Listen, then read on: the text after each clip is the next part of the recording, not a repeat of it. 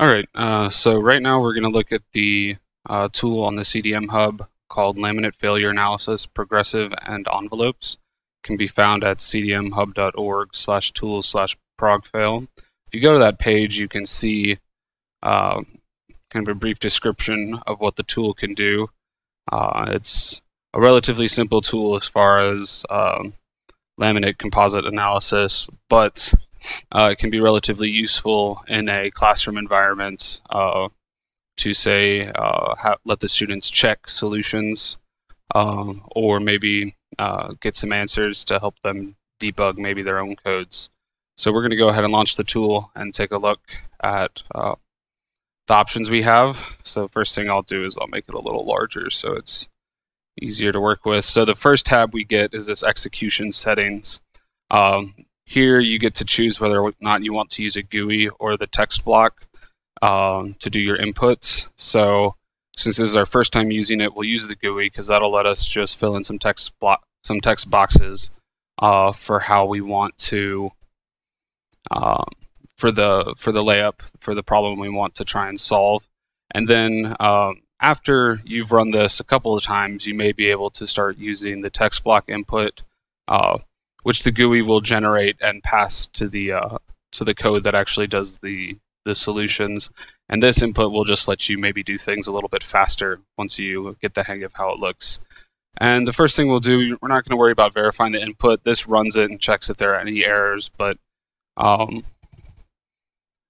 we're just going to step right into determining an ABD matrix. So this will determine the ABD matrix considering the states of failure of apply. So we're going to choose, full ply removal. So if we encounter any failure type, we're going to just set that stiffness of that failure equal to 0. We're not going to change the stacking sequence, as in change thicknesses or locations, but we will set the local stiffness matrix, the Q matrix, equal to 0. So moving on, we'll go to the layup tab. It has the instructions up here. So step 1, we're going to indicate a master thickness, master material ID, and a master failure state. These will be the states of plies unless you individually override them in the individual ply settings. And so then we're going to indicate whether or not the layup is symmetric. If you have a mid-plane ply, you can choose that as well. Then we'll set the ply count. If it's symmetric, you indicate half the count. If it's not symmetric, you indicate the total count. And then we're going to set the ply properties on the next tab. So the first thing we'll do, since we need to, is we'll check out the material. So the material I want to do today is just an IM6 epoxy. And if we go to the materials tab and look over at the built-in materials, we notice that we actually have quite a few materials already just coded in for now. These are coded in both the metric units and the English units, depending on what you want to use. Odd numbers would be metric units, and then the consecutive even number would be the English unit. So for IM7, or not IM7, IM6 epoxy, we see in metric units it's number 7. And you can see the properties being used here. These can be changed. Additionally, you can create your own material. So just go to this instructions and options tab, set user material count up to 1. That will create a tab called Material 17. You can give it a name, and you can fill in the different moduli options, the different CTE options, different high-growth expansion options, the strengths. You can choose to calculate strains to failure, which will simply divide the stress to failure over the moduli in the corresponding direction, or you can input them yourselves. And you can do a user input F12 value for SciWu failure criteria. But we're not going to use that built-in, or we're not going to use the custom user material, so we'll set that back to 0. So we want to use material 7, IM6. So we're going to go back to the layup, and under master material ID, we're just going to change that to a 7. And the first thing we want to do is have every ply be pristine. And we're doing a symmetric layup. We're just going to do simple quasi-isotropic 0 ± 4590 symmetric. So that's 4 plies to describe it. We go over to the ply input tab, and the first box You can see on the instructions it says the first box is the angle in degrees, the second box is thickness, material, and then material ID, then failure state. If thickness and material ID are set to 0, then it uses the master state, and failure state, if it's set to master, it uses the master state. So we simply need to change this first column, 0, 45, minus 45, 90. All right, and now that we've done that, we've pretty much given it all the information it needs, and we can hit simulate. And this will show you what the input interpreter received. Received 8 plies, 0 plus 45 minus 45, 90, 90 minus 45 plus 45, 0. No user materials were defined. You have thicknesses, material ID, failure states, fiber failure, transverse matrix failure, shear matrix failure. And then we can look at what the input block would look like. This is what the text block input would look like. You could save this maybe for later, or if you wanted to share this with students and say just copy this block in there and run it, and it should do whatever you want it to do. We can check the ABD matrix. So I'm not spitting out Q matrices right now, but that could be an option. Particularly, I'm not spitting out because if this tool were to be used in a class environment, the final answer is the ABD matrix, but a way to check the progress and if people are actually doing their calculations correctly would be via their Q matrices. If they're not getting the Q matrices correct, then they're not going to get the right ABD matrix. So it provides an end check rather than a check all along the way. And then we can look at detailed results, or the Octave execution log. The code below it's run on Octave, exactly the same as MATLAB code. And see, there's nothing really extra in there. So we're going to go back to the input, and we're gonna set the ply 1 failure state. We're going to call it ply failure. As you remember, if we look at the execution settings, we're doing full ply removal. So it really didn't matter what type of failure I chose here. It would do the exact same thing because I'm not doing separate modes. I can simulate that again, and I can see my A matrix, my ABD matrix again, and it should be significantly different. And you can use that to kind of check through a problem. Going back to the input, we'll set everything back to master state.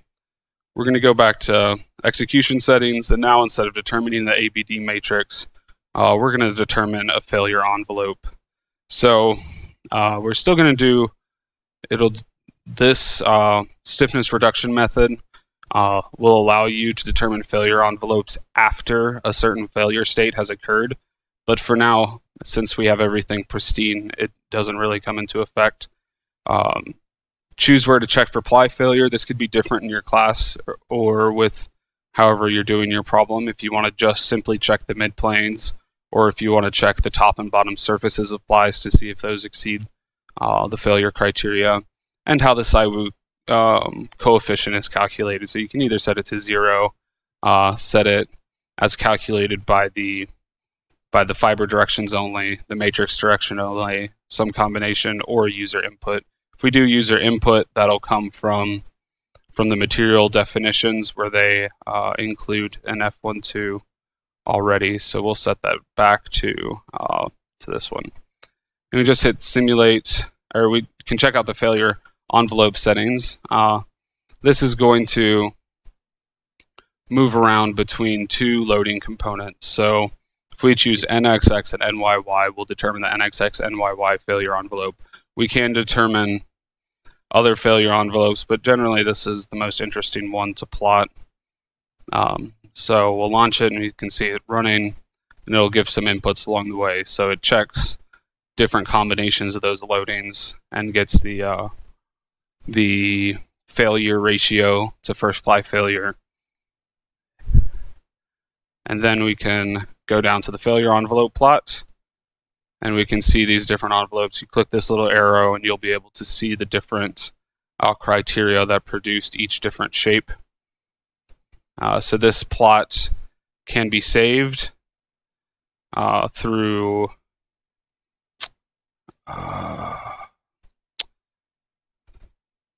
through this download button, I believe. Yeah. So we can save it as a PNG. You can edit your axes before you save it and set the actual size. So that's fairly useful. If we go back to input, now we're going to switch and do a progressive failure analysis. So we change determining failure envelope to determine next ply failure.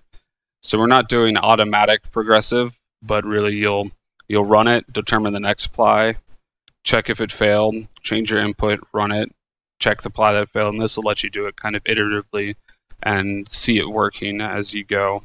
So we're still going to do full ply removal or full reduction. We're going to do hillside criteria. And we're going to look at the loading tab, and that will allow us to choose how our load is actually distributed. So in this, we're just going to apply an NXX loading, and we're going to hit simulate.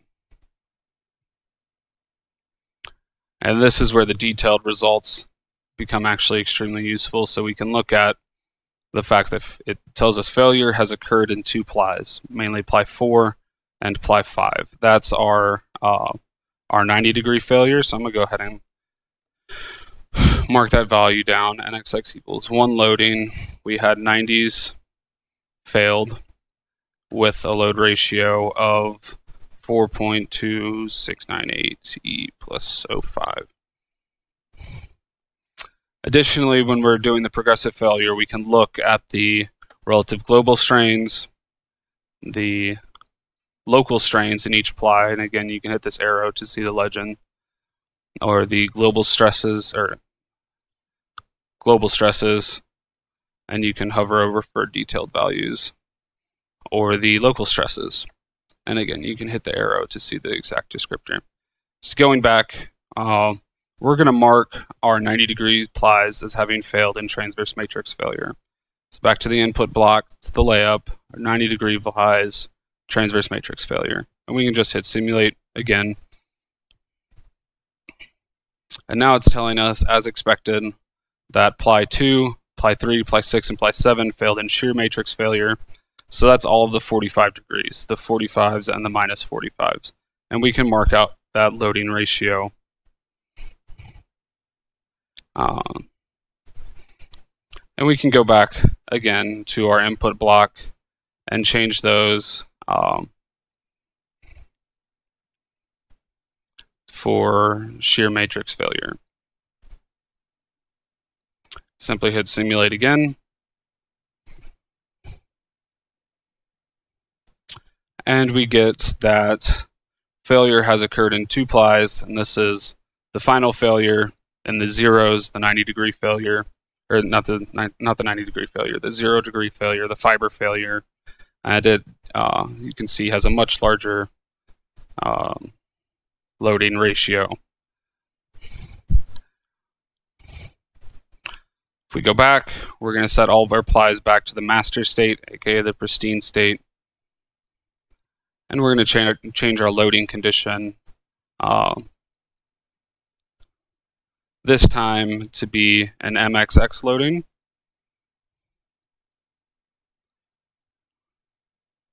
We're going to hit simulate.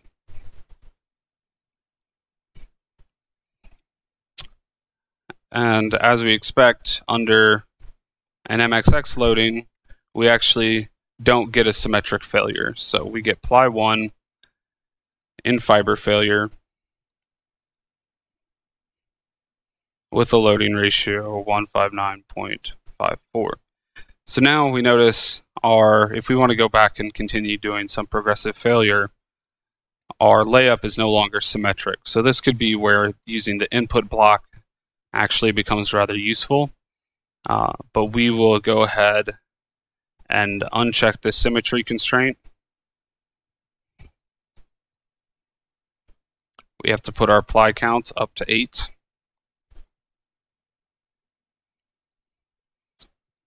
And now we'll make the laminate fill in those 4 plies again.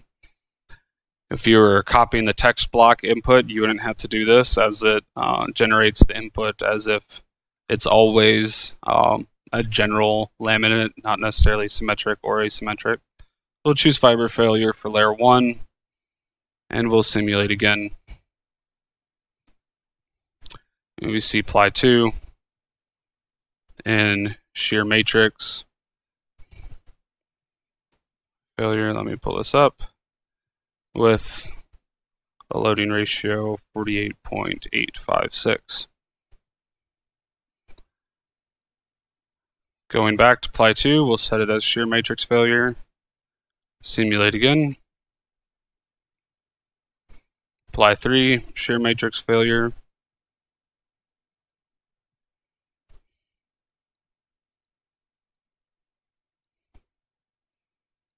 Even lower loading as expected.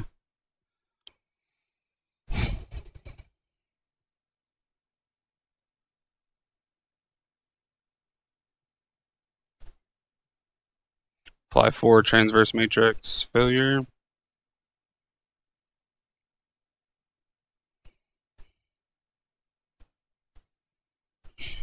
Even lower loading.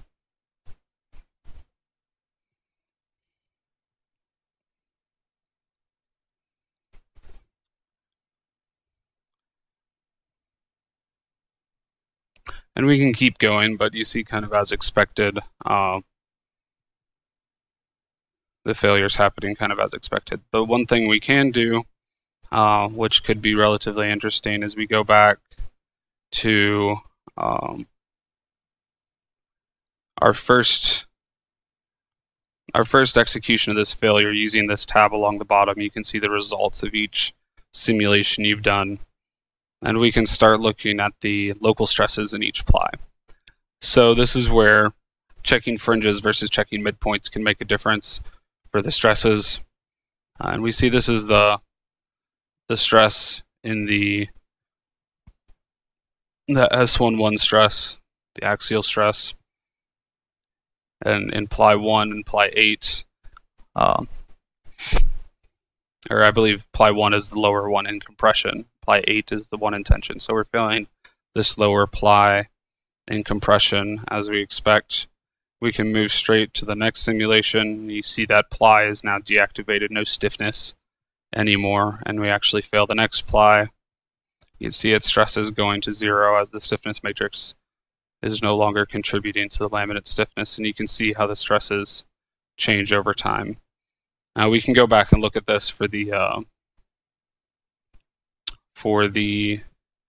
NXX loading case we did, and you can see the same behavior. The stress is evolving over time. And that's essentially it. That's the capabilities of this tool. Obviously, some other things can be incorporated, such as thermal or hygro loading. We have the material input capabilities in there yet. We just have not had any requests for that capability to be in here, but if requested, it can be added relatively easily. And thank you for your time.